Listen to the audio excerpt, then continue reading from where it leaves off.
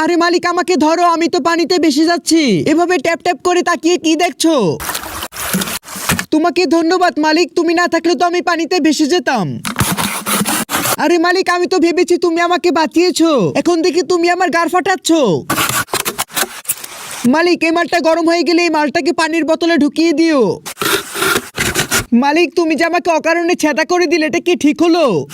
আরে মালিক, তুমি আমার ছেদা জায়গায় সুতো ঢুকালে কেন? মালিক, বেটাকে শক্ত করে বেঁধে দাও। মালিক, তুমি কিন্তু আমার সাথে জোর জবরদস্তি করছো, এটা কিন্তু একদমই ঠিক না। মালিক, তুমি এই পানিগুলো নিও না, এই পানিতে একজন হিসু করে দিয়েছে।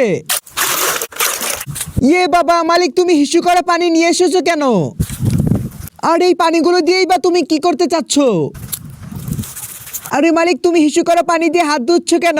তুমি তো দেখি অনেক নোংরা। আর হ্যাঁ বন্ধুরা, এরকম মজার মজার ভিডিও দেখতে চাইলে লাইক আর সাবস্ক্রাইব